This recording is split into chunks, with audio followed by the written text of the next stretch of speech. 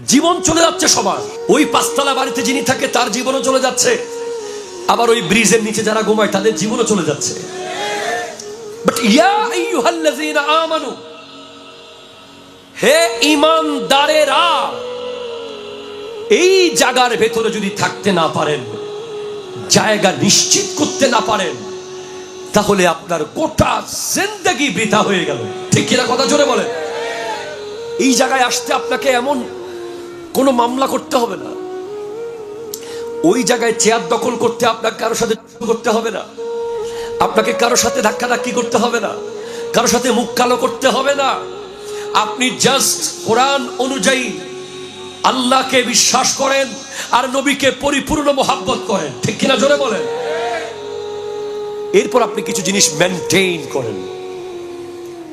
যুব সমাজের প্রথম করণীয়, আজকের দিনে প্রথম করণীয় হলো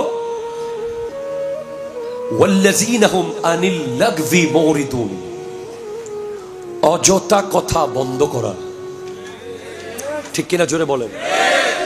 যুব সমাজ, আজকের যুব সমাজ আপনি দেখেন,